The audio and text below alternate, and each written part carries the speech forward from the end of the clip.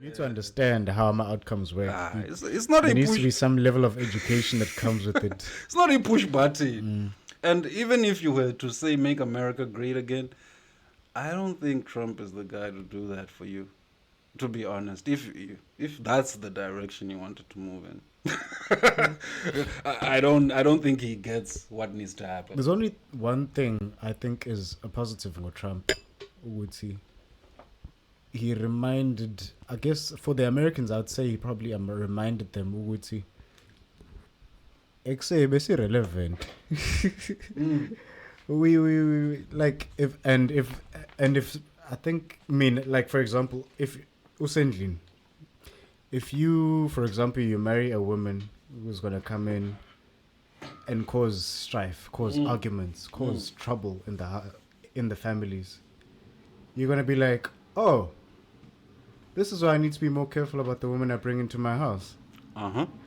So if they use it wisely, maybe they'll learn. But then it's his second term now, so I guess, it doesn't sound like they learned. But the point is, I digress. Yeah. But the point is, I think the pro about umuntu onjengo Trump is at least maybe they will start to see we actually do have it good here. Or did. Who knows how late it is for them to realize. No, it will be a nice nostalgic walk down memory lane. We used to be great. Yakhumbula lama khehla elokishini. The timers you find in the hood, telling you, oh, well, now you don't know me. Hey, Kadzam. During my times, boy, I used to make things happen. I used to make it rain, baby. And Madala is the Ngekote black label,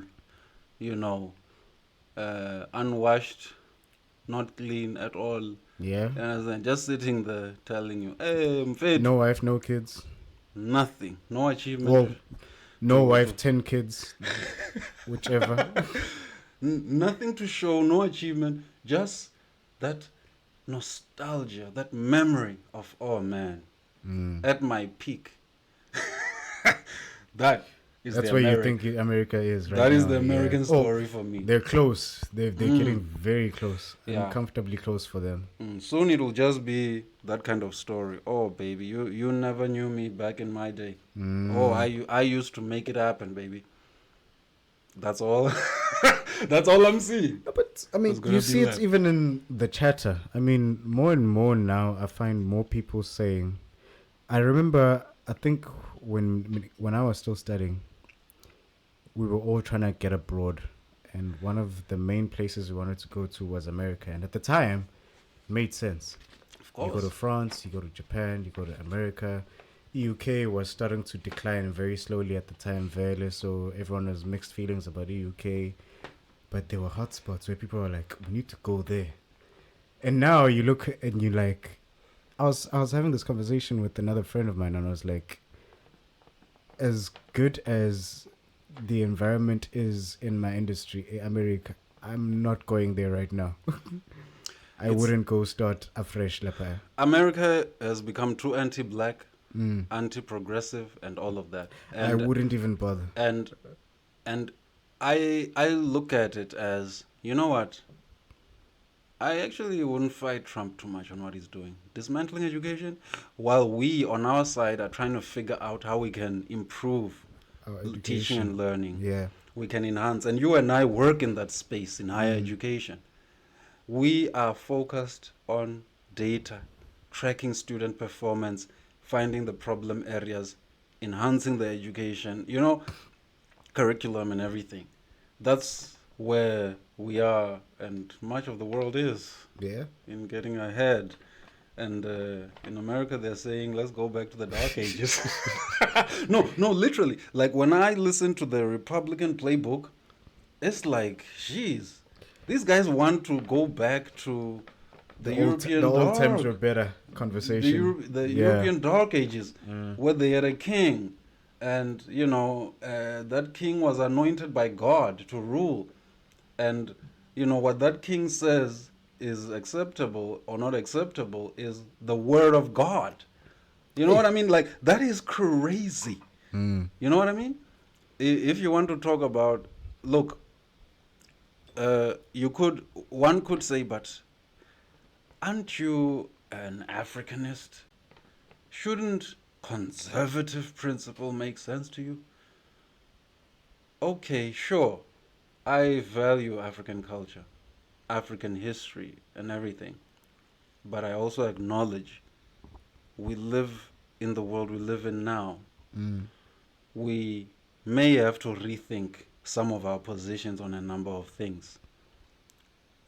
I don't see how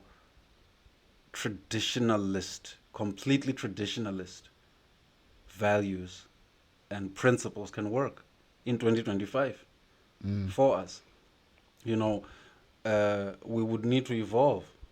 But my only thing with culture evolving is that we, the custodians of the cultures, have to be the ones that evolve them. Not because someone said, this thing, you know what I mean? It's like what I said previously, that whatever works for us, let's keep. Whatever we see is not going to be progressive in the time we live in, we can let go of. There's this saying, you end up working backwards. Like you can't keep playing the same old loop over and over again. You gotta get out of it.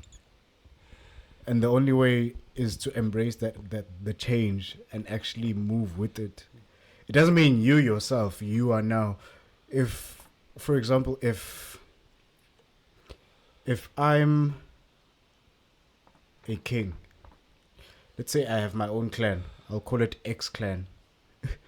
If X clan is the most powerful empire in my age right now, if I want to stay powerful, I have to keep adapting, because my enemies are going to keep changing. And the way my enemies fighting, the way my enemies keep fighting me, English, the way my enemies keep fighting me is going to change over time. They're not going to keep coming at me at the same way, because if they know Wuti, they can't come through the front door, they're going to try the back door.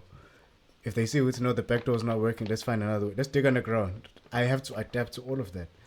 And you see, it's one of the reasons why I think we were ill prepared for colonialism. We were relaxed in a sense, I believe. We weren't expecting it. Because we didn't think that there are people somewhere conspiring. Because this thing was not an accident. You know, when they talk about colonial history, the part they don't talk about is how planned and well coordinated this thing was among a number, almost the majority of European nations. Documents. The Berlin Conference, they sat, they plotted, you'll take this part, you'll take this. So, coordinated. By the time they came, they already knew exactly what they wanted to do. And so, then in the revolutionary periods, 1950s, 60s, and so on, the Pan-Afrikanists, Kwame Nkrumah's, Thomas Sankaras and them, they realized what is just common sense. If we're dealing with this collective assault, well coordinated, we need a well coordinated defense. Yeah. You know, you can't say I'm gonna go as South Africa, or I'm gonna go as Botswana, or as Ghana or Nigeria. You need to come as Africa, and that means you need to somehow find a way to be on the same page. It doesn't mean you have to agree on everything. You need to become this OCGF. Yeah. See. You need to put together your resources. You have better bargaining power and so on. And so that's put why aside the borders and start looking at the hotspots. You know what I mean? Yeah. And that's why for me, Pan-Afrikanism still makes a lot of sense. A lot of people say, it doesn't make sense. You must just go at it individually, what. There is no argument to me that says individually it works, this thing.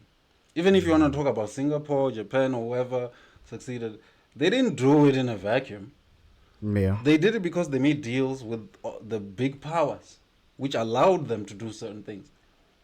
And so, in the world we live in, and it's just that simple principle, I always go back to the jungle.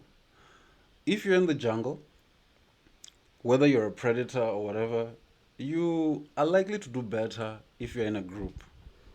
Then when Because you're on your, yeah. yeah, because if you say I'm going at it alone, what do you do when a pack attacks you? Pack of wolves. You're a lion, a pack of wolves attacks you. Sashama wolves.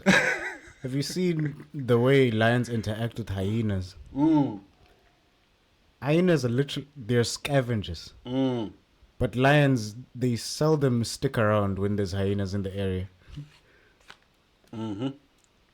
Because they know there's another. If I see one hyena, I need to start asking myself, okay, shucks. Where's the rest? Where's the rest? Where's the rest of the pack? If this one found that dead body, where are the other dead bodies? Where are these guys?